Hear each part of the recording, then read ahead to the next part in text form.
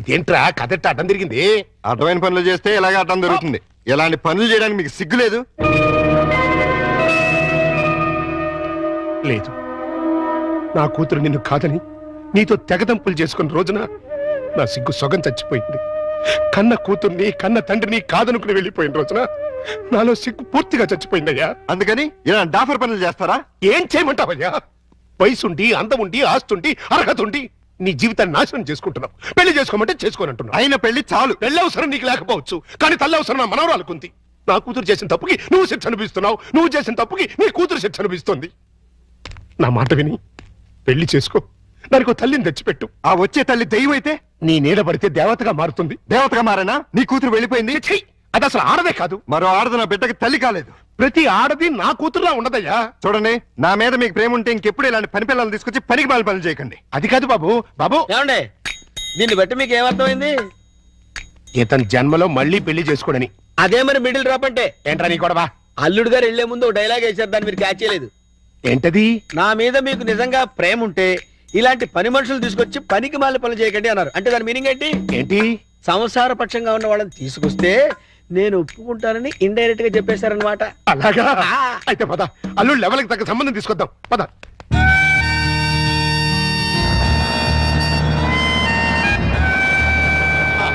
రండి, మీకోసం waiting. Hi uncle. Hi. మన బాబా? కాదు, మా బాబు. అదే అదే. మీ వారు రాలేదా? ఆయన ఇక్కడ ఉండరు, దుబాయ్ లో ఉంటారు. అంటే మీరు ఒక్కరే ఉంటారన్నమాట. Very good. మా బాబు బబ్లు కూడా ఉంటాడు. అదే అదే. మీకేమైనా హెల్ప్ కావాలంటే చెప్పండి, చిటికలో చేసేస్తా. అంత అవసరం నాకు రాదులేండి. సామాన్లు దించండి. అలాగే దించేస్తాం. మిమ్మల్ని కాదు, వాళ్ళని. అబ్బో, అంకల్ మీకు క్రికెట్ వచ్చా? వచ్చా. అజారుద్దీన్ కి సచిన్ టెండూల్కర్ కి కోచింగ్ ఇచ్చిందే మనం. చచ్చాం అనవసరంగా కమిటీ అని.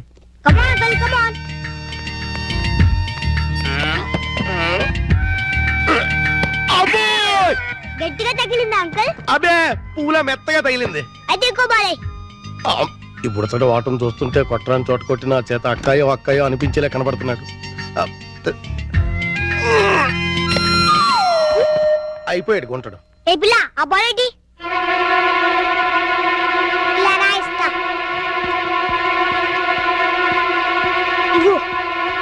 అమ్మా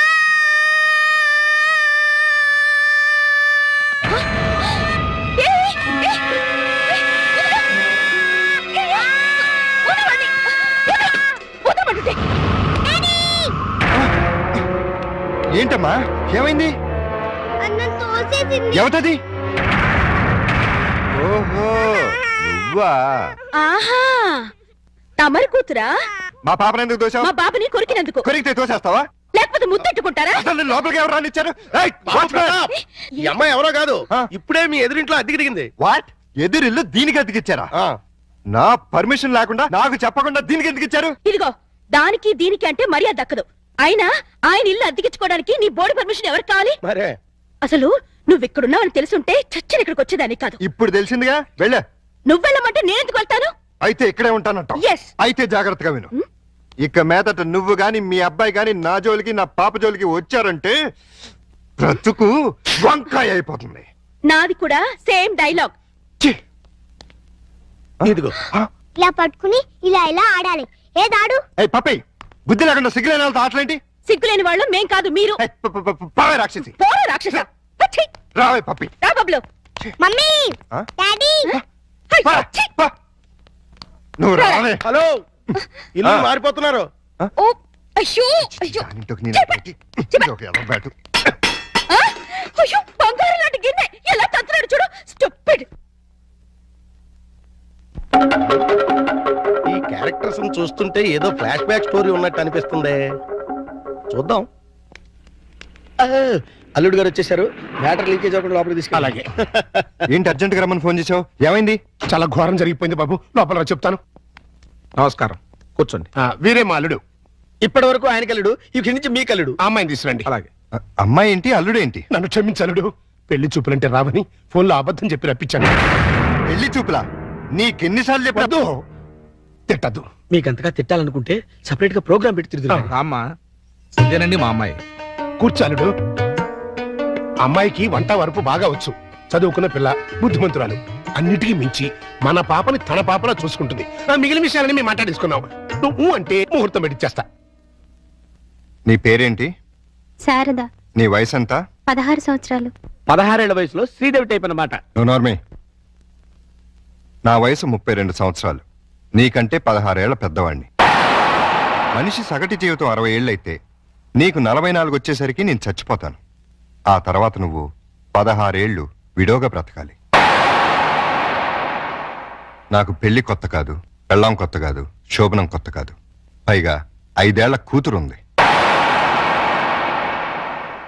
ఇప్పుడు చెప్పు, నన్ను చేసుకోవడం నీకు ఇష్టమా? దాని ఇష్టమే ఉంది బాబు, మేము ఒప్పుకున్నాగా. నా కట్నం ఎంత ఇద్దాం అనుకుంటున్నారు? డబ్బు బంగారం కలిపి 5 లక్షల దాకా ముట్ట చూద్దాం బాబు. 5 లక్షల కట్నం ఇవ్వగల స్తోమత ఉంది. అమ్మాయికి చక్కటి అందం ఉంది, చదువు ఉంది, మంచి భార్య కాగలే లక్షణం ఉంది. ఇన్ని ఉండి నాలాంటి సెకండ్ హ్యాండ్ వాడికి కట్టబెడతారా? 16 ఏళ్లకి పెళ్లి చేయటం చట్టవిరుద్ధం. అందులోనూ పెళ్ళాం వదిలేసి నన్ను చేసుకోవటం లోక విరుద్ధం. చిన్నప్పటి నుంచి మీ కూతుర్ని ఎంతో ప్రేమగా చూసుంటారు. ఏది కావంటే అది ఇచ్చుంటారు. ఏ లోటు రాకుండా అపురూపంగా చూసుకుని ఉంటారు. ఇన్ని చేసిన వాళ్ళు ఒక్క జీవిత భాగస్వామి విషయంలోనే ఎందుకండి ఇంత దారుణమైన నిర్ణయాలు తీసుకుంటారు? కూతురంటే గుండెల మీద కుంపటని ఫీల్ అయి ఎవడో ఒకడికి ఇచ్చి కట్టబెట్టి బాధ్యతను తీర్చేసుకోవాలనుకునే మీలాంటి తల్లిదండ్రుల వల్లే పెళ్లిళ్ళు పెటాకులై జీవితాలు నాశనం అవుతుంది. అలాంటిదేం లేదల్లుడు. ఈ పెళ్లి అమ్మాయికి ఇష్టమే. ఖచ్చితంగా ఇష్టం ఉండదు. నాలాంటి పెళ్ళైన బిడ్డ తండ్రిని ఏ కళ్ళు పిల్ల కోరుకోదు. ఆడదానికి కూడా ఒక మనసు ఉంటుంది, ఆశ ఉంటుంది, ఆశయం ఉంటుంది. అది అర్థం చేసుకోకుండా భయపెట్టో బలవంతం పెట్టో పెళ్లి చేస్తే నీ కూతురులానే ఈ కూతురు తయారవుతుంది. మీరు నిజంగా అమ్మాయికి కన్న తండ్రి అయితే బాగా ఆలోచించి తనకు నచ్చిన సంబంధం చేయండి. చేత కాకపోతే చెప్పండి, నేను చేస్తాను.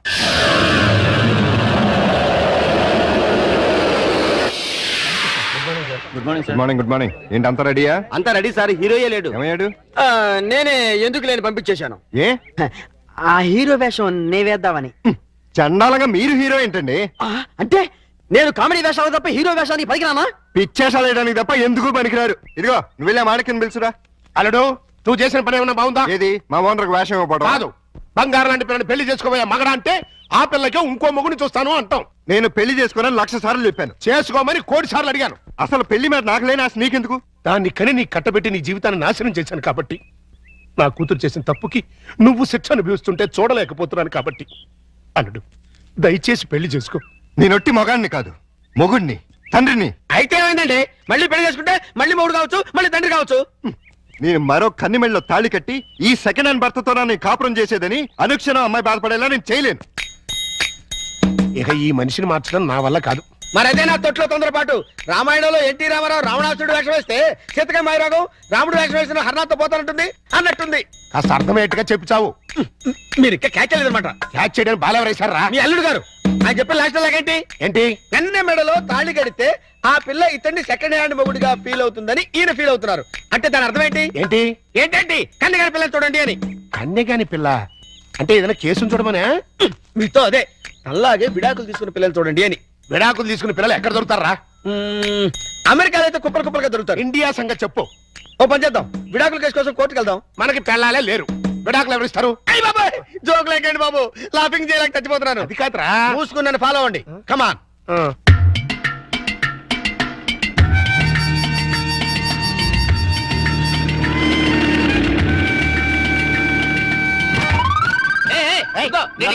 ఆ కారు మావాడదే, నేను పట్టుకెళ్ళిస్తాను. నా బంగారు డిక్కి ఇంకా గేర్ బాక్స్ ఇంజిన్ పడిపోతే ఎంచక్క ఇంజనీర్ లేకుండా కారు తయారు చేసుకోవచ్చు. డాడీ ఒకసారి కారు ఆపు. ఏంటమ్మా ఏమైంది? ఏమైనా పడిపోయిందా? అది చూడు. పాపం రక్షాంటి స్కూటరు ట్రబుల్ ఇచ్చినట్టుంది డాడీ. వాళ్ళందరికీ ట్రబుల్ ఇస్తుంటారుగా, అందుకే ట్రబుల్ ఇచ్చి ఉంటుంది. మనం హెల్ప్ చేద్దాం డాడీ. ఏమైంది స్కూటర్కి? బోర్ కొడితే ఆగి చూస్తుంది. జోకు లేకు, ఈ బండికి రిపేర్ అయింది రాక్షస్ అంకుల్, దీంతో చస్తున్నాం. సరేగాని లిఫ్ట్ ఇస్తారండి. మీ లిఫ్ట్లు మెట్లు మాకే అక్కర్లేదు. నేను లిఫ్ట్ ఇస్తానంది నీ పుచ్చంకాయ మొహం చూసి కాదు, మా బబ్లు మొహం చూసి. Thanks uncle. స్కూల్కి లేట్ అయితే వాడిని పనిష్ చేస్తారు. అవును మమ్మీ, దా ఈ అంకుల్ కాళ్ళు వెళ్ళిపోతాం. రారా. రాక్షస్ ఆంటీ. బాబు, స్కూటర్ కాస్త చూస్తుండు.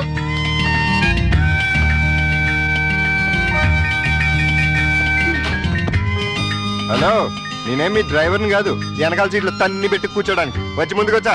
ముందు సీట్లో మీ పక్కన కూర్చోడానికి నేనే మీ పెళ్ళాని కాదు. నేనేం అందుకు రమ్మల్లా. ఇగో మీ ఇద్దరు తర్వాత కొట్టింది కానీ ముందు మా స్కూల్ దగ్గర పడండి. రా వచ్చి కూర్చో. ఏ తింగరే, ఏంటిది సీట్ అనుకున్నావే అనుకున్నావు? ఛీ!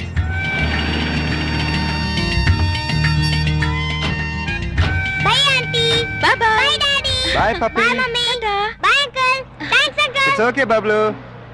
ఏయ్ ఊపిన చాలే, కార్ ఎక్కు. నిన్ను ఓహోలో పడేసి నేను ఆహాకపోతాను. నీ డబ్బా కారు లిఫ్ట్ చాలే, మేము ఆటోలో వెళ్తాం. ఆ చిన్న పిల్లలకున్న కామన్ సెన్స్ కూడా లేదు. కనీసం థ్యాంక్స్ అన్నా చెప్పకుండా పోతున్నావు. అడిగినప్పుడు లిఫ్ట్ ఇస్తే థ్యాంక్స్ చెప్తారు గానీ పీడించి లిఫ్ట్ ఇస్తే థ్యాంక్స్ చెప్పరు. చెప్పా. చెప్పా. సక్సెస్, నేనే గెలిచాను. విడాకులు శాంక్షన్ అయిపోయాయి. చూడండి చూడండి, సూపర్ గా చక్కగా ఉంది. మాట్లాడిస్తే అల్లుడు గారికి కరెక్ట్ గా సరిపోతుంది. థ్యాంక్స్ అండి, మీ మేలు ఈ జన్మలో మర్చిపోలేం. It's all right. కంగ్రాచులేషన్స్ అమ్మా. థ్యాంక్స్ అండి. మీరు మీతో రిలేషన్షిప్ కలుపుతున్నాను. ఓహో. ఇప్పుడు విడాకులు శాంక్షన్ అయిపోయింది కదా, మళ్ళీ పెళ్లి చేసుకోవచ్చా? తప్పే ఉంది, తప్పకుండా చేసుకోవచ్చు. బాస్, నువ్వు నాకు బాగా నచ్చావమ్మా. అయితే పద. ఎక్కడికి? నీలాంటి సెకండ్ హ్యాండ్ కోసమే మా అల్లుడు గారు వెయిట్ చేస్తున్నారు. నువ్వు ఒకసారి వచ్చి చూసి ఊ అంటే మీ ఇద్దరికి పెళ్లి చేసేసి హనీమూన్ పంపించేస్తా. నాకు పెళ్లి చేసి హనీమూన్కి పంపిస్తారా? ఆ. ఏమండి ఒకసారి రండి. ఏంటి జెన్సీ? ఈయనెవరు? నా భర్త. ఓహో, ఈయనకేనా నువ్వు విడాకులు ఇచ్చింది? గ్లాడ్ టు మీట్ యు అయ్యా. మీరు మీ ఆవిడ్ని మా అల్లుడికి ఇచ్చి పెళ్లి చేద్దామని వచ్చాం. ఫ్లాష్ బ్యాక్ మర్చిపోయి మీరు కూడా వచ్చి 4 అక్షంతలు వేసి దీవించాలండి. నేను బతికుండగా నా పిల్లని పెళ్లి చేస్తారా? బాతికుంటే మాత్రం ఏంటయ్యా, విడాకులు ఇచ్చేసావు కదా. నేను విడాకులు ఇవ్వటం ఏంట్రా విధవా? విడాకులు శాంక్షన్ అయినని ఆవిడే కదా అంది. నేను లాయర్ని. నా క్లయింట్కి విడాకులు ఇప్పించాను, ఆ విషయమే చెబుతున్నాను. అలాగా? మీరే ఇంకా విడాకులు తీసుకుని ఫస్ట్ టైప్ అనుకుని అప్పో ఏంటా కొట్టావు? నా పిల్లలు పట్టుకుని ఫ్రెష్ అప్ అంటారా? అయితే నీ పిల్లం ఫస్ట్ టైప్ కదా. ఏంట్రా, నేను ఫ్రెష్ గా కాకుండా వాడేసిన బ్రష్ లా కనపడుతున్నానా నీకు? రాస్కెల్.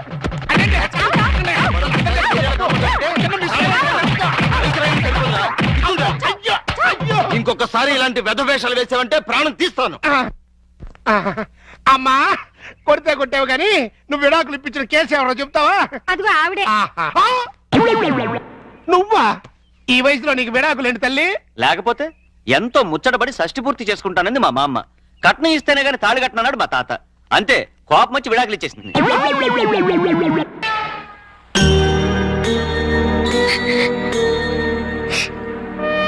నీ గతం ఇంత విషాదమైంది అనుకోలేదు.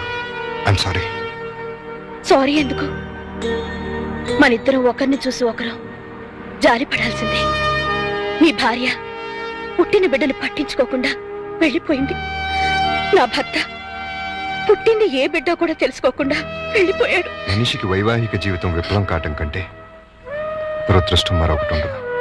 ముఖ్యంగా ఆడదానికి. ఈ జన్మలో అల్లుడికి పెళ్లి చేయగలమా? మీరు ఒర్రి అవ్వకండి. ఈ పాటికి ఎక్కడొక్కడ పుట్టే ఉంటది. అదిగో పుట్టింది. చూసారా? చూస్తుంటే వీడియోలాగే ఉందిరా. బోనస్ గా చేతిలో బిడ్డ కూడా ఉంది. అయితే ప్రొసీడ్ అవుదాం పద. ఎక్స్క్యూజ్ మీ సిస్టర్, ఏంటండి? మీతో పర్సనల్ గా మాట్లాడాలి. అలా వస్తారా? Roll camera rolling action. రండి మావయ్య. Cut cut cut. అట్ట కదయ్యా, రిక్వెస్ట్ చేయాలి. రండి మావయ్య. వచ్చానల్లుడు. మళ్ళీ ఎందుకు వచ్చావు? ఒక్కసారి ఈ అమ్మాయి ఫేస్ చూడు. స్వాతిముత్యంలో రాధికండి. ఎవరివిడా? పాపం మీలాగే సెకండ్ హ్యాండ్. మీ ఇద్దరు జంట మేడ్ ఫర్ ఈచ్ అదర్ అవుతుంది. ఈవిడికి బాబున్నాడు. నీకు పాప ఉంది. ఈవిడికి భర్త లేడు. నీకు భార్య లేదు. మీరు ఓకే అంటే ఈవిడ డబల్ ఓకే. ఆ, మీ వారు పోయి ఎన్నాళ్ళైంది? 8 ఏళ్ళయిందండి. 8 ఏళ్ళ? అంటే ఈ బాబు నీకు పుట్టిన బాబు కాదా? నాకే పుట్టాడండి. ఆ, బాబు వయసు ఎంత? 8 నెలలండి. మరి మీ వారు పోయి 8 ఏళ్ళు అయిందంటున్నావు? చచ్చిపోయింది మా ఆయనే, కానీ నేను కాదు కదండి. మావయ్య ఒకసారి వెళ్ళరా. అర్థమైపోయింది. నేను తర్వాత కలుస్తా. రండి. పిలిచినప్పుడు వెళ్ళిపోతే బాగుండదు. ఇంకొకసారి ఇలాంటి అదవ పని చేసావంటే మావయ్యను కూడా చూడను, మర్డర్ చేసేస్తా.